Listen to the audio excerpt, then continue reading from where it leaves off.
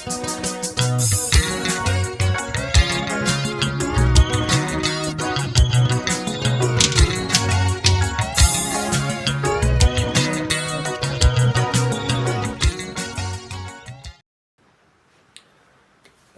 Afrika ngiyanibingelela kakhulu ngiyethemba niyaphila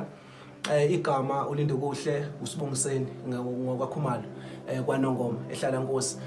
ngiyenza nje le video ngikhathazeke kakhulu kodwa umoya wami usuthe ukwehla kancane kune video esengiyayibona ngaphambili engingayifaka ngokukhathazeka kwami ngokusebenza kwa Department of Home Affairs la kwaNongoma kwelakithi ngendlela engihlukumezeke ngakhona ngibonile ukuthi ngempela kubalekile ukuthi ngiqunge nje isibindi ngilithathe leli thuba lokuthi ngikhulume nani noma ngazi South Africa ngokubi ongehlele ngesikhathi ngiyofuna usizo lapha eHome Affairs wakithi kwaNongoma ekungifisa kakhulu ke kodwa ukuthi ungenelelwe iziphathimandla zikwazi ukuthi zisilekelele kubasebenzi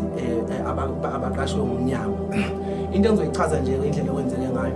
ngile lapha bengihamba nodadewethu lapha eHome Affairs wakithi kwaNongoma. Into ebengifisa ukuthi siyoyilungisa laphana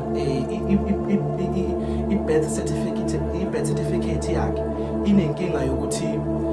wabizwa ukuthi uyi-male but kanti yena uyi-female. So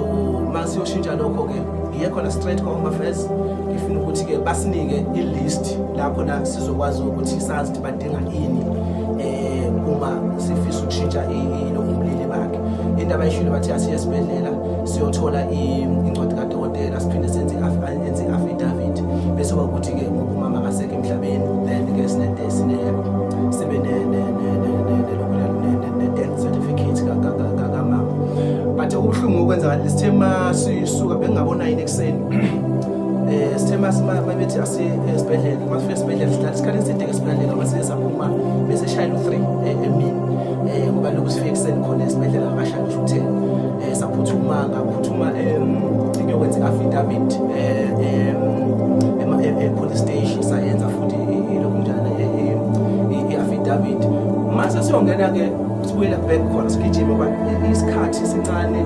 kanti siyafisa ukuthi senze yonke into ngenxa yezimo zezimali lana ezokwazi umphakathi ukuthi awukwazi ukwehla wenyuka kakhulu isikhathi namhlanje unoToyota ufuna. So mangifika khona ngifike ngo-3:25 then mangingena ngaphakathi indlela engishitheke ngayo ngendlela engiphatheke ngayo angiyithandanga ngoba umsebenzi wakhona engifikile kuyena iqinisa kalenzanga indlela angixoshe ngayo noma asixoshe ngayo masifuna lolu sizo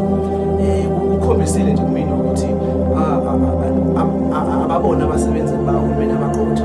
indlela benze ngayo bayazilawula bayidelela ngasho kanjalo bayidelela abahloniphi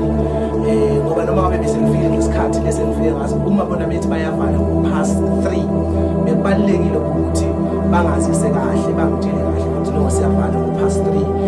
siyacela ukuthi nibuye ngelinye ilanga noma nibuye ngosuku olulandelayo kodwa indlela nje abenze ngayo kwenonene sibe nenkulu impi esibenayo but before kuze kufike ukuthi ngilwe nabo noma ngikhombise uzwalisa ukuphatha kwami ukuphatheka kabi kwami ukuthi uqhamuka omunye umama laphana babemsiza laphana bazokwazi ngabathi Home Affairs ukuthi ngoba nje kuyakhona kunalento eyithupha engifakwe lapha isithupha uma ifaka isithupha asifake iceleni kwale yanto leyibukiso ufaka ithupha usisi lo message lapha ngakuthethisana kabuhlungu nje ngize uze kwasuka mina ngayo bamba isithupha sikagogo ngasibeka la futhi ngiyakhona ukusukuma nje asizugogo umbiza ngawonke amagama ungacabanga gogo wenzani ugabuya ama-signature yakhe ingasafani nithi umuzulanda ipasi i-signature yakhe yasayinela ebhukwini so ayisafani i-signature kagogo nale elapha epasini konke lokhu uyamthethisa so kube buhlungu-ke ukubona lokho nengane yesikole ifikile futhi iyachaza ingane ukuthi no ngiphuma esikoleni and ngiyafunda ngizolanda i-ID but no akwazi ulanda i-ID ngalesi sikhathi and buya kusasa angikhalelike lokho kakhulu eNingizimu Afrika ukuthi mhlambe siyajikiswa nani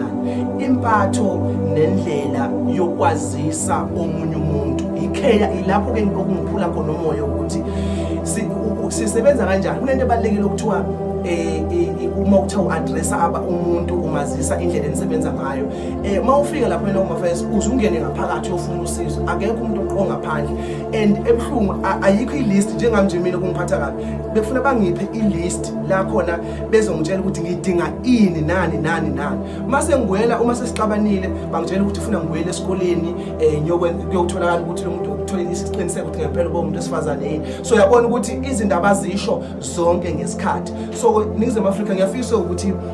silungiselwe lesi simo uHome Affairs usilekelele Home Affairs wakwaNongoma just ungenelela nje ukubafundisa lento ebalekile ukuthi kubalekile uma besebenza ngomphakathi bawuthande bawuhloniphe bawulekelele ngoba umsebenzi wabo ukuzosiza umphakathi akukhona ukuthi bezosihlukumeza mase sizofuna usizo kubona because bona baphenduka kube yibona abantu abaphethe endaweni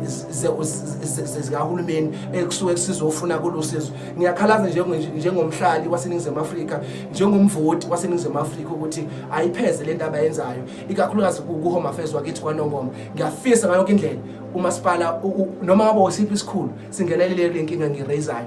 ngoba lokho basezohlukumezeka ogogo bethu basezohlukumezeka abafowethu abasebenza noma basebenzisa lesa sikhungo sakithi ngiyabonga kakhulu Ningizimu Afrika nisazosilekelela ukuthi le anti ilungiswe yaka Home Affairs.